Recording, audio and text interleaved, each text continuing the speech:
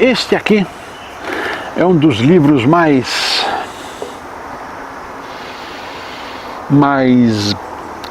comprometedores, mais loucos que eu já fiz. Este livro aqui, Almanaque, o Almanaque da Existência. O Almanaque da Existência, esse nome aqui é inspirado em livretos que eu era quando era criança via. Eram almanaques para pescadores, tinha de tudo lá, receitas de bolo, lua, dias para pescar, o que dia plantar certas coisas. Então eu achava muito curioso toda essa miscigenação, toda essa mistura de informações.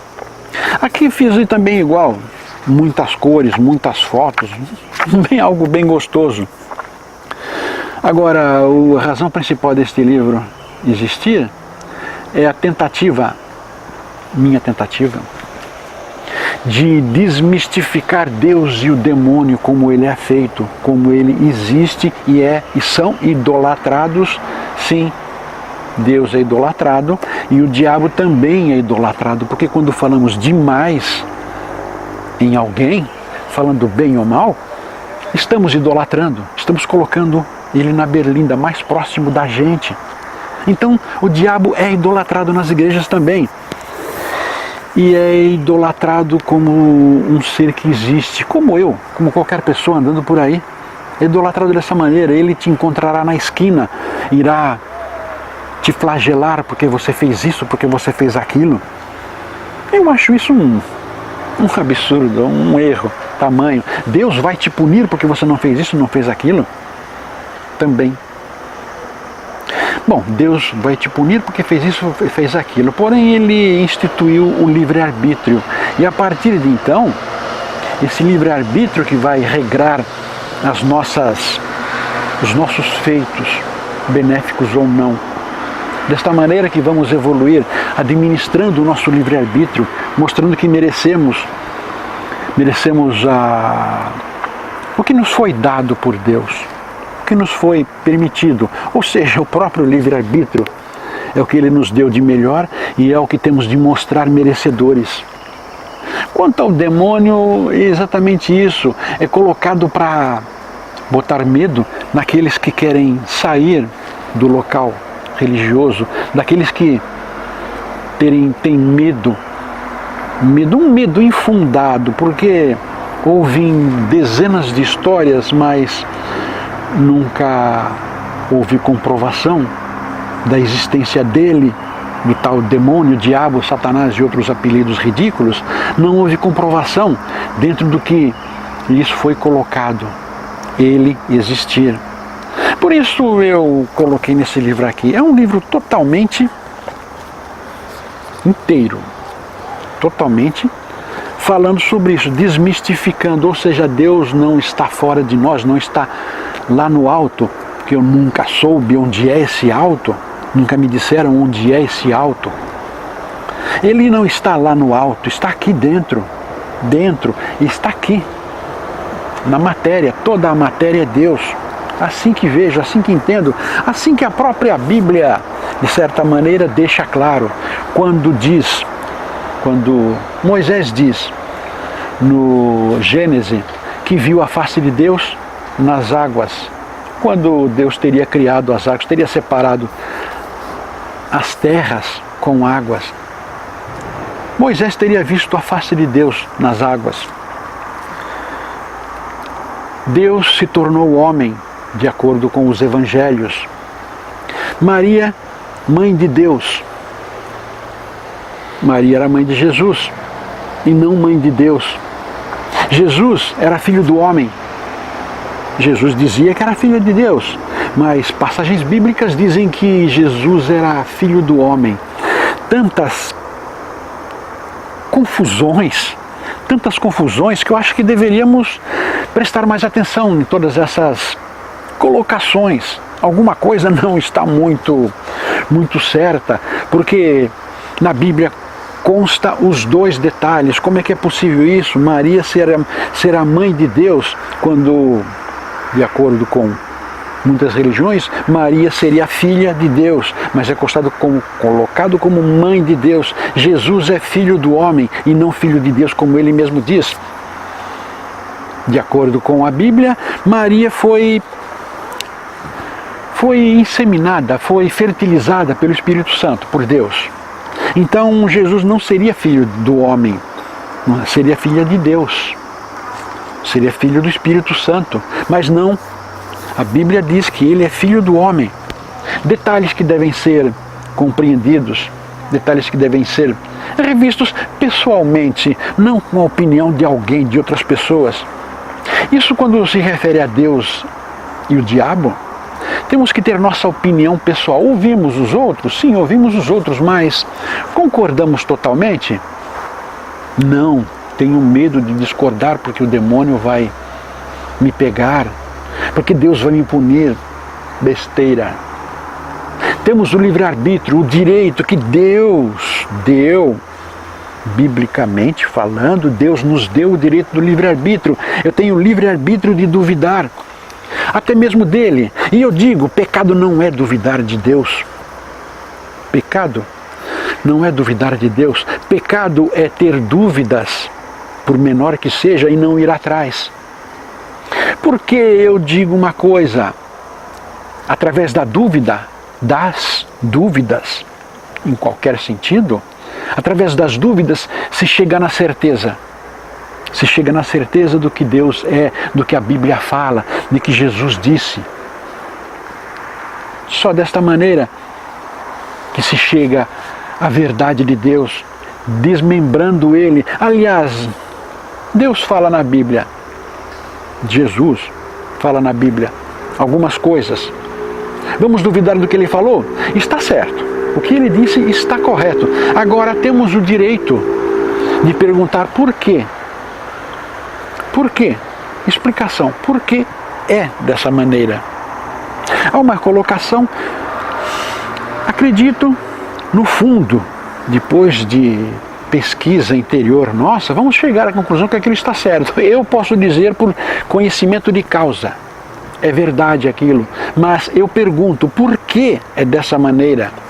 Ou seja, temos uma conclusão final. Por que chegou? Como chegou até essa conclusão final? É isso que temos que perguntar, é isso que temos de ter certeza absoluta.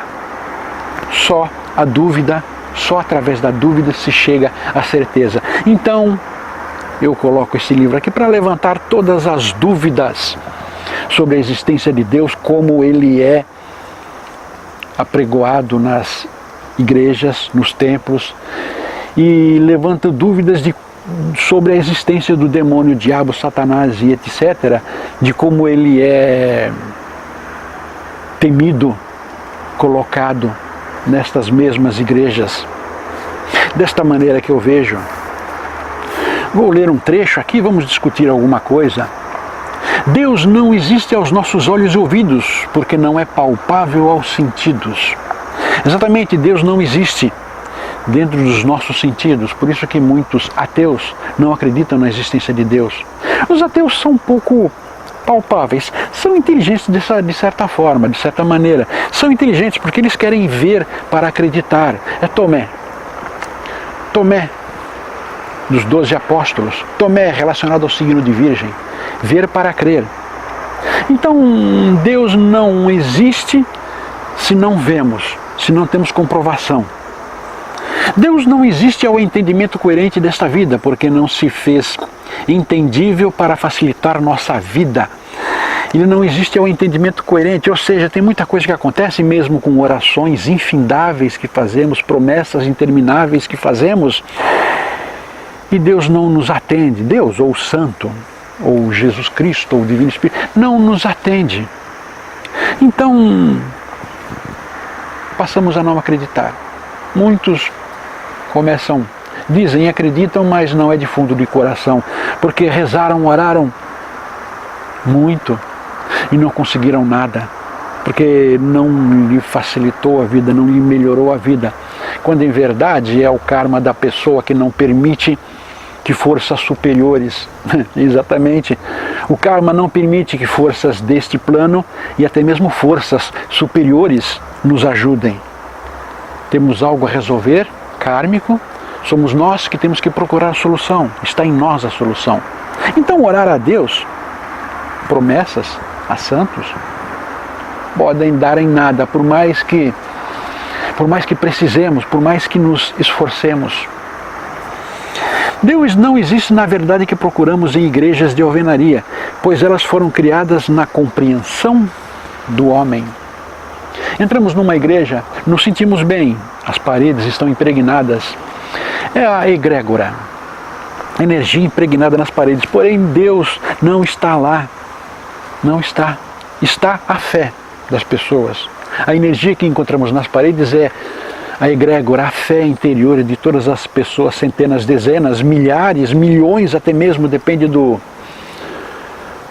da quantidade de pessoas que entram lá, muitas vezes centenas de vezes a mesma pessoa, impregnada, é a fé das pessoas, porém não há energia de Deus lá, porque Deus, naquele simbolismo de alvenaria, é a concepção do homem. Ele, o engenheiro, acha que Deus vai gostar da torre assim, acha que é coerente a torre daquela maneira, ou o salão assim, piso desta maneira, o altar, instrumentos numa mesa. O homem vai achar, porque a Bíblia diz, porque ele desconfia que Deus pode gostar e coloca. É concepção do homem, tudo que diz respeito a Deus dentro de uma igreja de alvenaria. Deus não existe nunca e jamais se não acreditarmos em sua realidade. E até lá viveremos no sonho de estar junto a nós, mas não fazermos nada para que seja real em nós. Deus nunca e jamais estará próximo de nós se não acreditarmos, se não nos empenharmos. Não é ver para crer, é crer para ter algum sinal. Ver são os 5 sentidos, usando a razão para criar uma metáfora, uma visão. Quando em verdade sim, tem que ser ao contrário, nós nos entregarmos intuitivamente, nos entregarmos de corpo e alma, para vermos, se nos for permitido, ver algo, ver um sinal, acreditarmos mesmo, ou seja, os nossos 5 sentidos que vão dar um pouco de energia, de força aos nossos 2 sentidos adormecidos, vidência e clarividência. De outra maneira, não vamos ver nada, mesmo que aconteça alguma coisa, realmente, não vamos ver nada, mas Ele, o Criador, está dentro, está próximo de nós sempre, está em tudo que somos, em tudo que vivemos, em tudo que nos alimentamos, em tudo que podemos imaginar, visível ou invisível. Deus existe e sempre existiu. É tudo que somos, vemos e imaginamos. E o que vai além de nossa compreensão, porém nunca existirá em nós verdadeiramente se não temos entendimento do conhecimento. Não temos entendimento do desconhecido dentro de nós. Deus existe, somos nós em todos os sentidos. Somos célula individual do corpo do Criador. Mas nunca vamos aceitar isso. O dia que conseguirmos aceitar totalmente, verdadeiramente, estaremos próximos da iluminação, estaremos entendendo o que somos nós, principalmente isso. Por que somos assim? Por que viemos para cá? Por que sofremos tanto? Reclamamos e voltamos na encarnação seguinte sofrendo mais ainda. Por quê? Voltamos na encarnação seguinte sofrendo mais ainda, porque na anterior só reclamamos e não fizemos nada por melhorar aquela atual existência, a antiga atual existência. E não temos entendimento do desconhecido dentro de nós. Não vamos ter entendimento dele dentro de nós, porque ele é desconhecido. Nunca imaginamos ele estar dentro de nós, nunca alimentamos a ideia de ser uma verdade, nunca alimentamos a possibilidade, nunca alimentamos o pálido sonho, nunca alimentamos qualquer fraca possibilidade. Eu digo, eu sou Deus, você é Deus, tudo aqui é o corpo de Deus. Nós somos células individuais e tudo aqui é corpo de Deus. Eu digo isso. Eu acredito. Tive a minha evolução de entendimento, de aceitação. Tive minha evolução de aceitação até chegar nesse ponto. Não é simplesmente acordei um dia e falou, não, Deus é isso e Deus é aquilo, não é. Outras concepções, e sim, essas que eu estou dizendo, não acordei falando isso de maneira alguma. Foram 10, 20 anos ou mais. Antigamente eu nem achava nada de Deus. Não achava, era neutro. Deus está lá em cima, onde que é lá em cima? A única coisa que eu pensava é, um foguete vai alcançar, mas um foguete nunca chegava até Deus. A única coisa que eu passava... São pensamentos um pouco infantis, mas eu pensava dessa maneira. Sobre Deus, só isso. Eu era totalmente neutro sobre o que é, quem é e por que é Deus. Então é mais fácil, eu estou começando do zero. Não tenho que derrubar pilastras de conhecimento, paredões enormes de entendimento para poder achar alguma coisa. Eu não tinha paredões a derrubar, não tinha pilastras, não tinha conceitos sobre Deus. Então foi mais fácil eu ter estes entendimentos. E por sinal, não fiz nenhum curso de teologia em qualquer religião. Não fiz nenhum curso. Li pequenos encartes de várias religiões, várias, das mais radicais evangélicas, as mais perigosas da Umbanda, alguma coisa católica e outras tantas religiões ao redor, mas não fiz curso de nenhum. Então, eu sou totalmente livre para exercer o meu livre-arbítrio na concepção do que eu quiser. Não, eu não quero, porque quero dizer que eu sou célula individual de Deus, que vocês são células individuais de Deus. Eu não quero dizer porque quero. Eu digo porque cheguei a essa conclusão. Eu tenho a seguinte maneira de trabalhar. Eu acho algo, me passou uma intuição, eu vou de forma científica pesquisar tudo que eu sei. De alguma forma científica, eu tenho como comprovar, como dizer, como valorizar forma científica, ou seja, estou ligando a religião ou magia da evolução à ciência de alguma maneira, a comprovação científica, em qualquer nível. Então, só desta maneira que podemos ter absoluta certeza e fé incondicional. Aliás, fé já é incondicional. Fé é fidelidade. Então só assim podemos ter fé incondicional sobre algumas coisas, sobre a existência de Deus, da maneira que acredita ser. Fé sua, descoberta através de estudos seus. Entendimento adquirido seu, tanto de Deus quanto do diabo, demônio, Satanás ou outros predicados ridículos. Não tenha certeza de nada sem antes ter pesquisado dentro de você. Ouvido outros, pode ouvir, mas não se baseie no que os outros falaram. Pese o que disseram. Se encontrar uma serenidade, se encontrar uma certeza, tudo bem, pegue algumas coisas, se não jogue tudo fora. Não interessa quem seja esse outro, que autoridade religiosa seja esse outro, jogue tudo fora. É seu íntimo que está em jogo, é a sua existência, seu karma, seu direito de assumir, de utilizar de seu livre-arbítrio. Então ninguém tem nada a ver com isso, ninguém pode lhe opinar, pode lhe dar uma opinião, sim, mas não deve aceitar jamais que seja daquela maneira. É assim que penso, e o que eu fiz aqui foi isso. Levantei todas as dúvidas que eu tinha sobre Deus, o diabo, e tenho a certeza. Depois disso aqui, eu tenho mais certeza. Certeza que eu sempre refaço.